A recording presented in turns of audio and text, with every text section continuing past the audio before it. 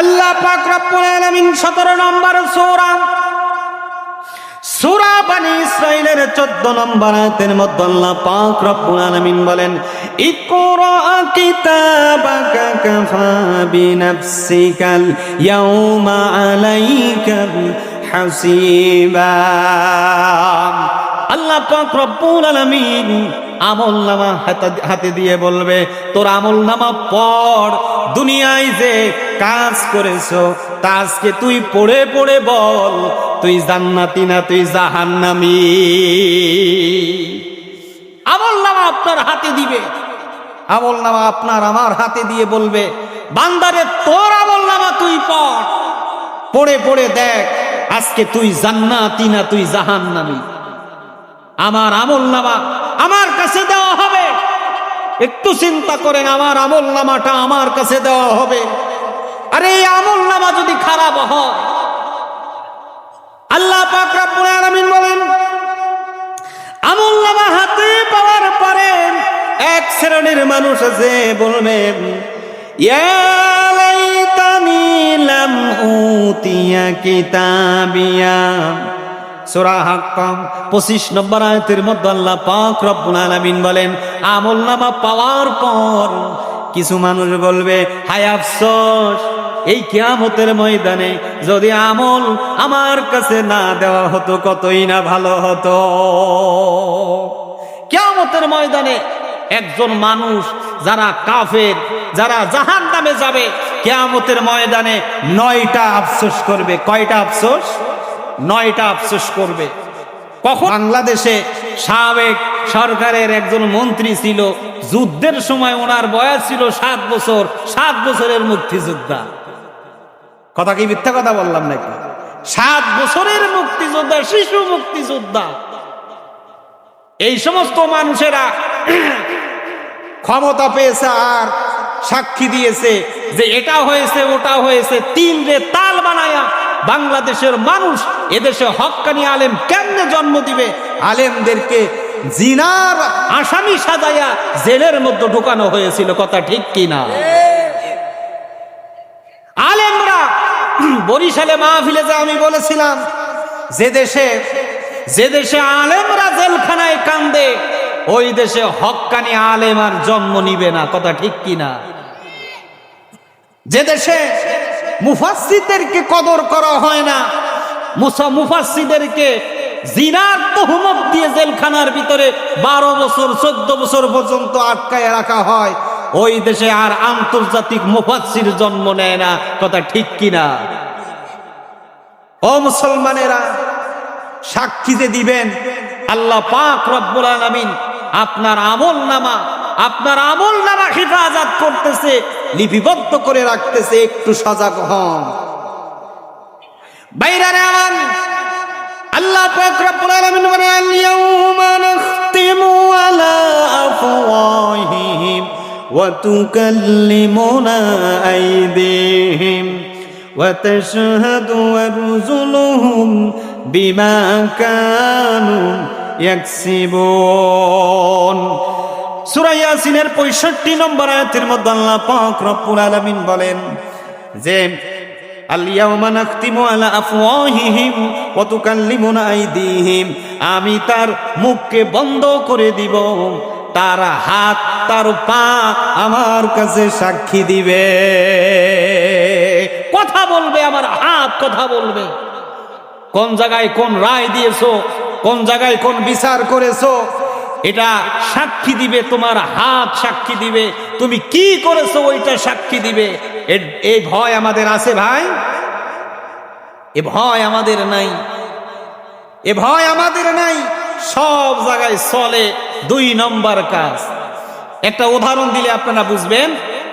একটা লোক প্রাইমারির চাকরি করে, প্রাইমারির হেডমাস্টার। তা প্রাইমারির বেতন ওই সময় কম ছিল, ওই সময় উনি পাশাপাশি একটু জায়গা জমির করে, মাফামাফি কাজ করে, দালালি করে, দালালি না জায়গা জমির ব্যবসা করে আর কি। এখন ওই দিনই টিওনো সাহেব আসবে ওনার প্রাইমারি অডিট করা। প্রাইমারি অডিট করার জন্য এখন জায়গা জমির ব্যবসা যদি একবার জায়গা জমি বিক্রি করতে পারে তাহলে অনেক টাকা না। 2-3 মাসের টাকা একদিনে ওনার ইনকাম। এখন ওনার ভাতিজারে বলছে যে ভাতিজা টিয়নো সাহেব আজকে আইবে, তা তুমি টিয়নো সাহেব তো তোমার চিনে না, তুমি আজকে আমার শিক্ষকতার এই দায়িত্বটা পালন করো। ভাতিজা এখন ওই শখের মতো এক ছোট্ট এক শ্রেণী ক্লাস 8-9 পড়ার মতন এরে আইনে 5 ক্লাসে বসাইতেছে। 20টা টাকা দিয়ে বলছে যে তুই এনে থাক, টিয়নো সাহেব আসবে, যাওয়ার পরে তুই যাস কে। অহন 5 ক্লাসে যে দেখতেছে কি রে বাবা, এক 8-9 এক মহিলা এনে বসে আছে। কি গো মা, তুমি এনে বসে আছো কি এত্তি? তুমি কোন ক্লাসে পড়ো? কয় আমি পড়ি টড়ি না। কয় তুমি পড়ো না তাই এখানে আসছো? কয় ওই হেডমাস্টার 20টা টাকা দিছে আর কইছে যে এখানে বয়, ও টিয়নো সাহেব বলে আইবো, ওই টিয়নো সাহেব আইলে এরপরে আমি যাইতে গেছে। টিয়নো সাহেবের মিজাজ গরম কি হয়েছে না? মাস্টারে যে বলতেছে দূর মিয়া, একটু কাজ করলেন, আপনি শিক্ষিত মানুষ। তা বলে স্যার আপনারা কিছু নাস্তা পানি টেয়া দিতেছি, আপনি কিছু কইেন টেন না। উনি বলতেছে যাক আপনি বাইসে গেছেন, আমি আসলে টিয়নো না, টিয়নোর আরেকটা কাম আছে, টিয়নো ওই কামে গেছে, আমারে পাঠাই দিছে, না হলে আপনার খবর আসছিল। এখন ওই লোক কইতেছে আসলে আমিও হেডমাস্টার না, আমিও কি না হেডমাস্টার না, হেডমাস্টার হলো আমার কাকা, হে গেছে জমির দালালি করতে, আমারে থুয়ে গেছে। তাহলে এই জায়গায় ছাত্র তো অবৈধ, টিয়নো অবৈধ, হেডমাস্টারও কি? এই হলো আমাদের দেশের কাহিনী। ভাই আমি হাসির জন্য বলি নাই, এমনই চলতেছে সব জায়গায়। কিছু জায়গায় আছে যেখানে এটা ভিডিও হইতেছে, বললাম না, কিছু জায়গা আছে এখনো বাংলাদেশের নকল না করা অপরাধ।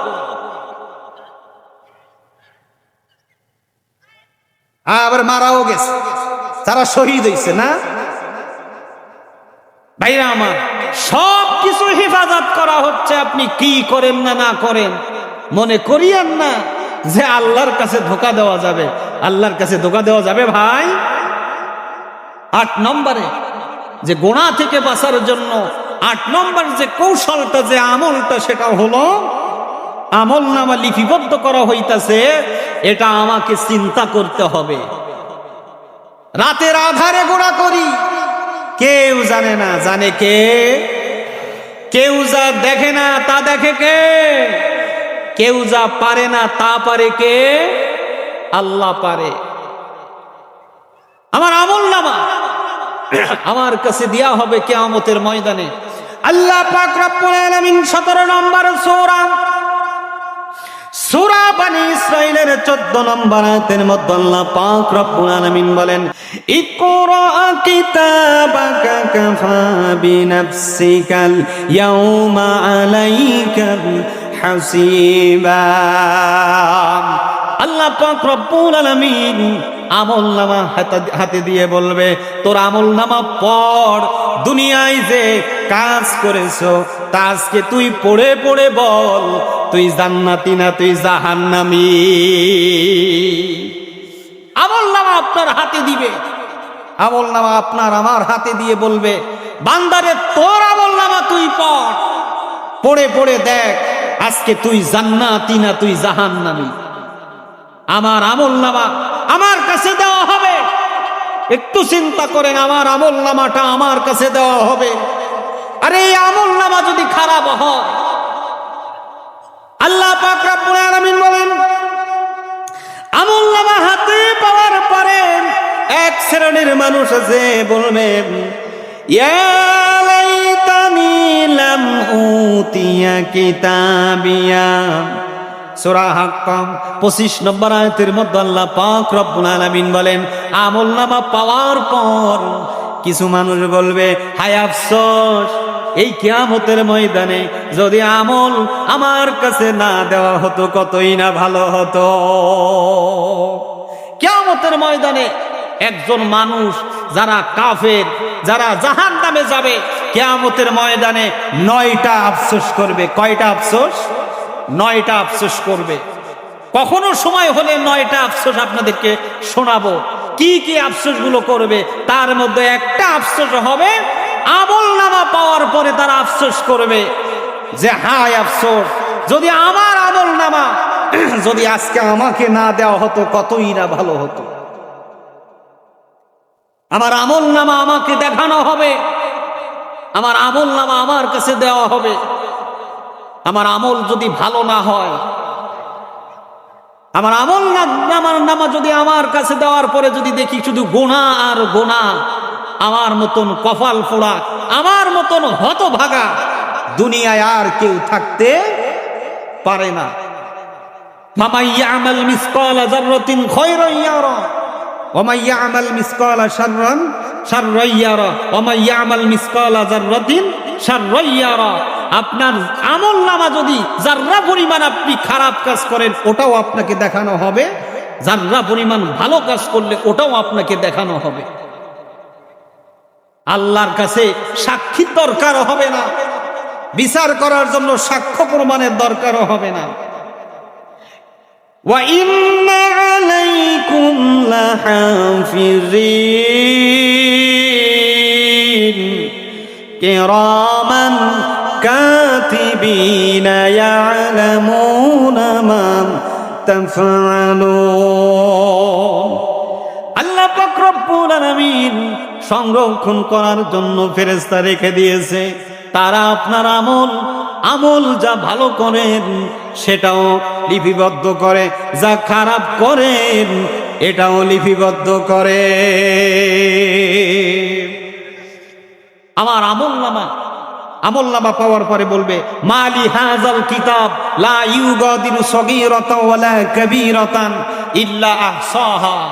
আমল নামা পাওয়ার পরে জাহান্নামীরা বলতে থাকবে এটা কি ধরনের কিতাব আমার কাছে দেয়া হলো, লা ইউগাদিরু সগীরাতান ওয়ালা কাবীরাতান ইল্লা আহসাহা। এর মধ্যে দেখি ছোট গুনাহও বাদ পড়ে নাই, বড় গুনাহও কি পড়ে নাই, বাদ পড়ে নাই। যত ছোট গুনাহ করেন তাও আল্লাহ আপনাকে দেখানো হবে, যত বড় গুনাহ করেন সে গুনাহও কি দেখানো হবে। 9 নম্বর হলো অধিক ইস্তেগফার করা, অধিক তওবা করা। আজকে তো তওবা করার অভ্যাসই আমাদের নাই। ভাইরা আমার, আল্লাহ পাক রব্বুল আলামিন গুনাহ থেকে যদি আপনি বাঁচতে চান, 8 নম্বর যে আমল, 9 নম্বর যে আমলটা আপনাকে আমি বলবো সেটাও হলো অধিক তওবা করা। কি করা?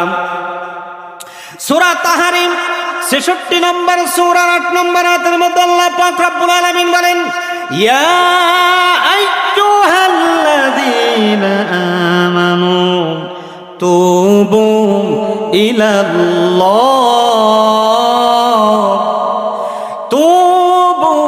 ইলাল্লাহি তাওবাতান নাসুহা।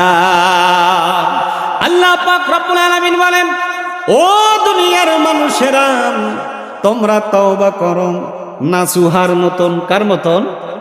হ্যাঁ, কার মতন তওবা? নাসুহার মতন তওবা। বাংলাদেশের একজন আলেম, ভাইরাল আলেম, নাম নাই বললাম, উনি এই আয়াতের ব্যাখ্যা করতেছে নাসুহা কে? বড় জোর নবীও না, এরপরে কি সাহাবীও না, বড় জোর একজন আল্লাহর ওলি। এই নাসুহার মতন তুমি তওবা করো। একজন আলেম, এরা যদি নাসুহার মতন তওবা, এই নাসুহা শব্দের অর্থ যদি না জানে, এরা আমার ভাইরাল বক্তা।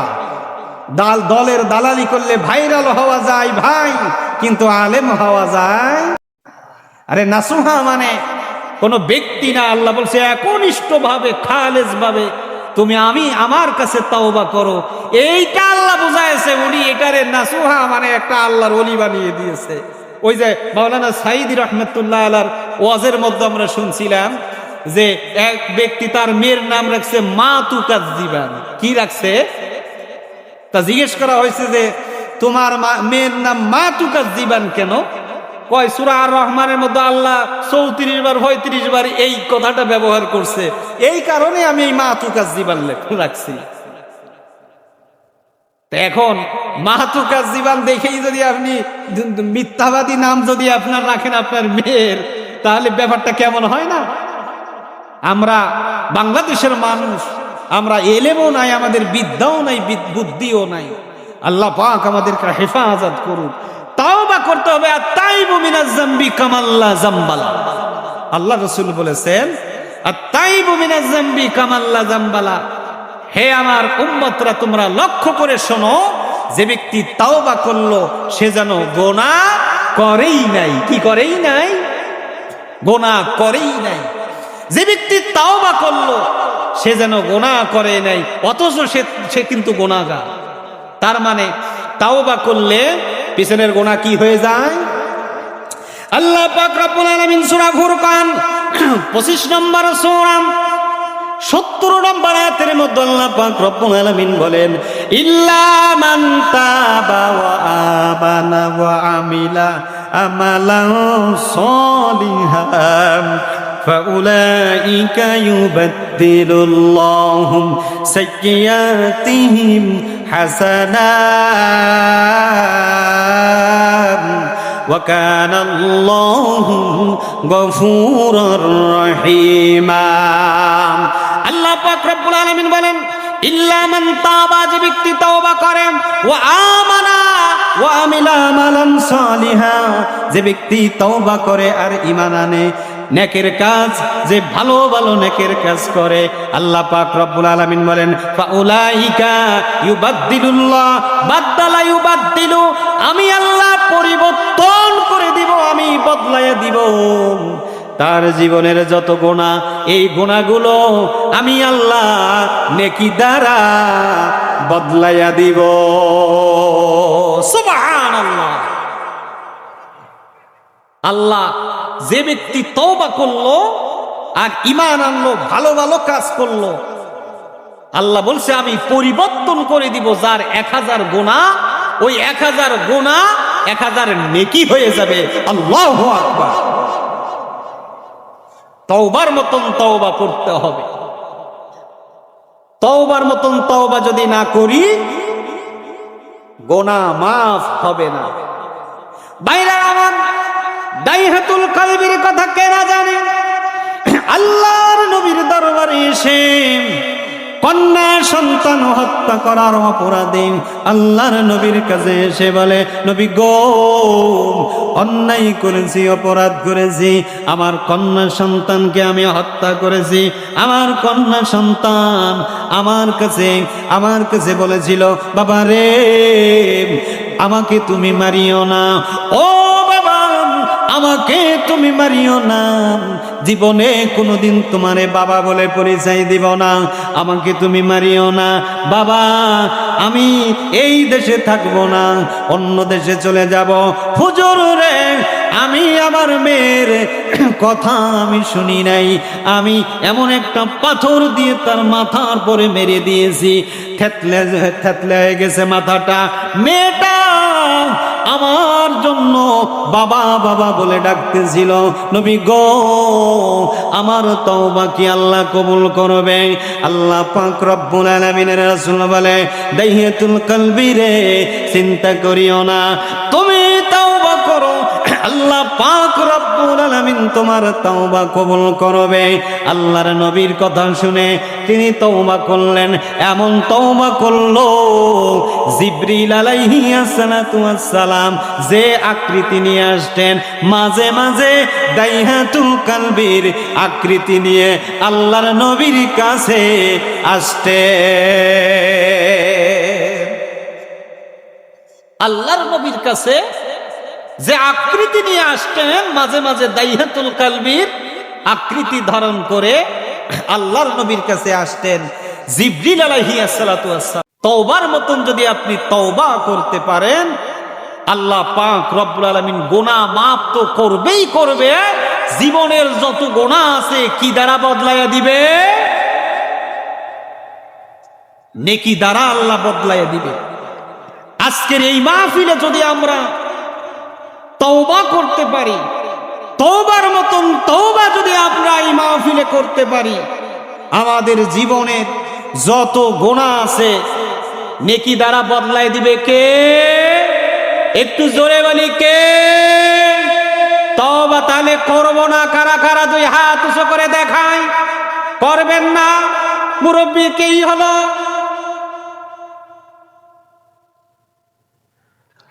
আপনারা কি ভালো হইতেন না?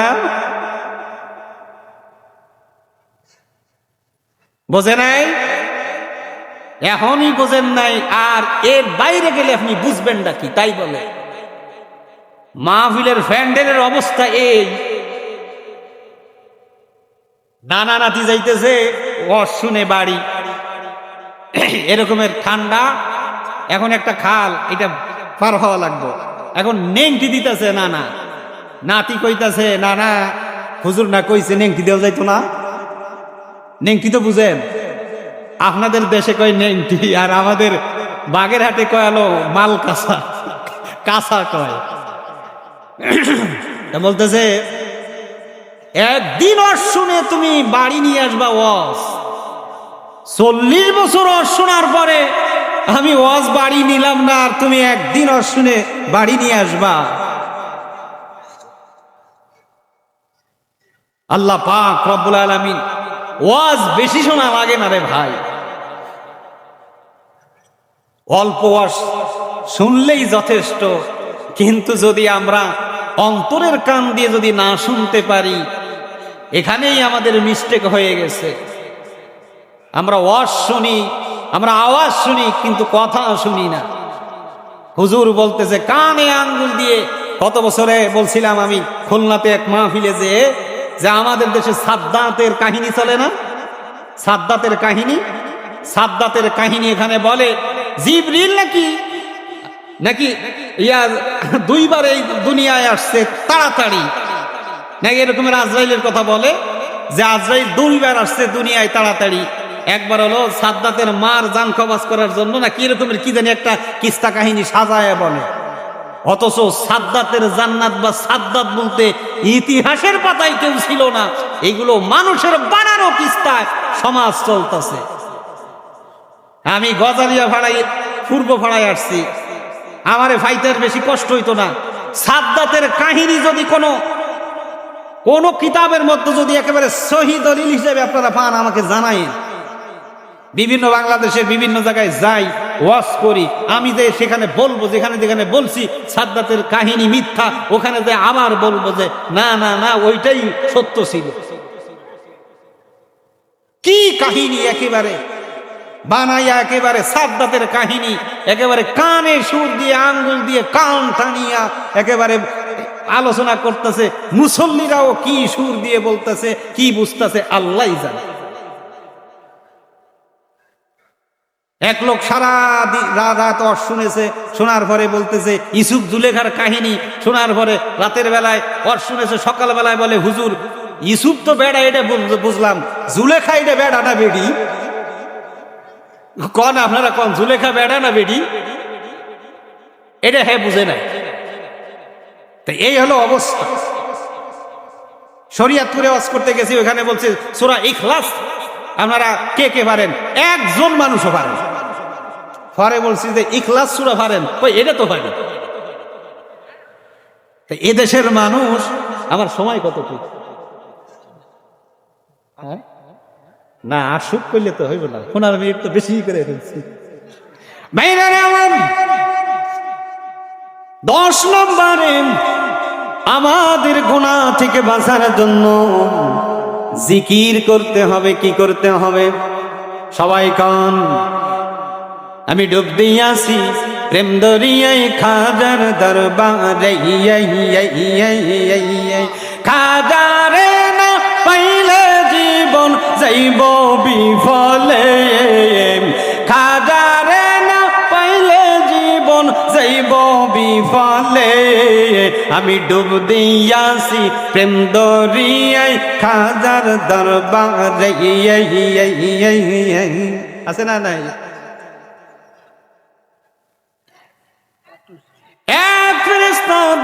আরেক ফেরেশতারে ডাক দিয়ে বলে ভাই এ কি জিকির করতেছে, তুমি কি কিছু বোঝো নাকি? কয় না না না, আমি তো কিছু বুঝি নাই। আল্লাহর কাছে মিস কল দাও, আল্লাহর কাছে ফোন দাও, আল্লাহর কাছে জিজ্ঞাসা করো তোমার বান্দা কি জিজ্ঞাসা করে, কি জিকির করে। আল্লাহ কয় তোরাও তো বুঝলি না, আমিও বুঝি না। আল্লাহ জাল্লাল্লাহ জাল্লাল্লাহ জাল্লাল্লাহ এরকমের জিকির আছে। সিলেটে যেয়ে দেখছি মৌলভী বাজার যায় কয় আল আল আল, এলো জিকির। খবিসে জিকির এগুলো প্রত্যেকে আবিষ্কার করে আল্লাহই জানে। জিকির একটা ইবাদত। জিকির কি বলে?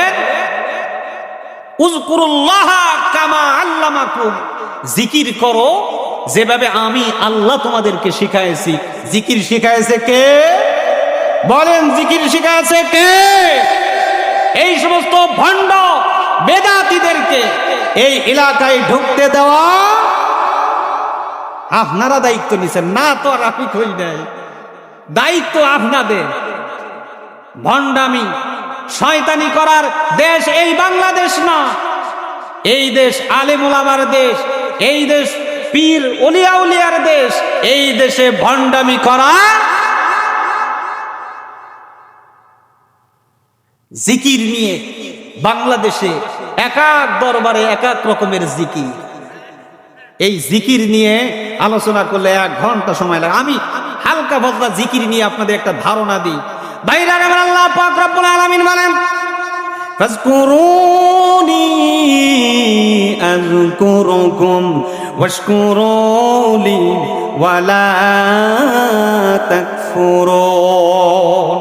সূরা বাকারা 2 নম্বর সূরা 142 নম্বর আয়াত, 152 নম্বর আয়াত। আল্লাহ পাক রব্বুল আলামিন বলেন ফাজকুরুনি আযকুরুকুম, তোমরা আমার জিকির করো, তোমরা আমাকে স্মরণ করো, আমি আল্লাহ তোমাদের স্মরণ করব।